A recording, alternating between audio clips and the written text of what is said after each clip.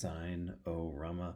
This week we'll be focusing on user research with a little bit of secondary research.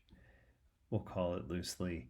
Um, but you can do all these together. So, day one is writing discussion guide, day two is conducting the interview, three is identifying pain points, four is a quick journey map, and then the last day five is going to be summarizing product reviews. So you can certainly tie these all together around the same product or service for a comprehensive piece of output. But you could also do these individually. So if you just wanted to explore different areas, I'd say days one and two, you may want to do together. So you may want to write a discussion guide and use that discussion guide for the interview. But the rest may be a little bit easier to break out. So day one, write a discussion guide for a 15-minute review. You can certainly move to 30 minutes on this if you wanted to. I'd say that may tie in a little bit better with the 5 to 7 open-ended questions. That's a lot for a 15-minute interview. But you can usually get, with follow-up prompts and follow-up questions, you can easily get 3 to 5 in a half-hour interview, depending on how the conversation goes. Some of them you may only be able to get one with a lot of follow-ups, but I think 5 to 7 for 15 minutes is tough. So maybe have those as source to help with prompts. You come prepared with more questions than you're going to ask, just so you're ready to ask those questions. But don't press yourself to get 7 open-ended questions asked in 15 minutes. Conduct a 15-minute interview. So if you wrote a 30-minute discussion guide and you want to continue on, it would be a 30-minute interview. This could be a little more time consuming if you want to interview more than one person.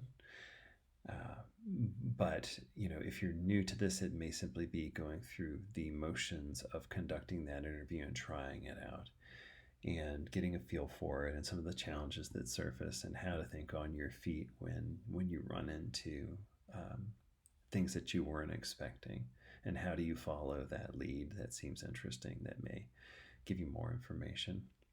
But you can certainly do more than one here. Just understand that as these get bigger and you need to, or as these get more plentiful and you need to analyze them, it can be fairly time consuming. But once you get past one interview, it is a bit of an eye-opener if you haven't done that before.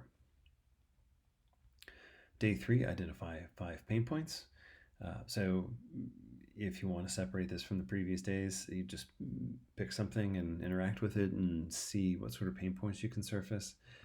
If you're looking for ideas, I can point to some things that would provide some interesting challenges that would be fun to voice. But if you've if you've done the 2 previous days, day 1, day 2, you should have some pain points in there. 5 may be a bit much for a single 15-minute interview, but if you have multiple interviews or you have a longer interview, it may help you get to these 5 pretty quickly. But there's no harm in saying, well, I'm just going to pick a different product or different service and work on those pain points from a personal perspective, just to get in the habit of seeing them. Map out a journey for booking a trip online. And I'm just going to put in possibly for booking a trip online. If you've done a number of interviews, you should be able to map out a journey, especially after having thought about the pain points. But if not, an online booking experience is a really good one to use for a user journey. So just give that the shot. Pick a booking experience. These are for airlines, hotels, or full trip, and break it into the steps that exist there. Identify the pain points, emotions, opportunities, create a simple visual. So this would potentially be from your own perspective, but if you wanted to bring some designer buddies, friends, researchers together, sometimes these are fun from an empathy perspective to have a collaborative conversation over. And so you may have to flex on this a bit, but if you've gone through the previous steps at a minimum with those interviews, you'll have some fuel to support a little bit more than just empathy. You'll have someone else's words and experience to support this activity. Day 5, analyze and summarize 3 online reviews for a digital product.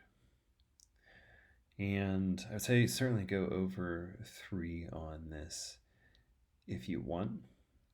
It may be beneficial to read quite a few and just pick out some really interesting points that surface. Some of this is going to depend on how long these reviews are and how much information people provide. Sometimes people will compress things into 1 or 2 or 3 sentences, and sometimes you get a full miniature novel written, a novella written about the product. And see if you can find themes, what people love, what frustrate them. And I think, maybe 3 to 5 sentences summarizing your key takeaways would be beneficial. But you can even go so far as to, if it's a digital experience, you could capture screens. If it's a service, you could use some illustrations to support it. But at a minimum, capture those bullet points to suggest what the key takeaways are, common things people love or dislike or struggle with the product. So that is week 5. This is a little bit different than what we've done in the past, because this is focusing a lot more on user research practices, which is a different discipline. But I'm confident you guys can do this. Y'all can do this. And I wish you the best of luck as you push through it.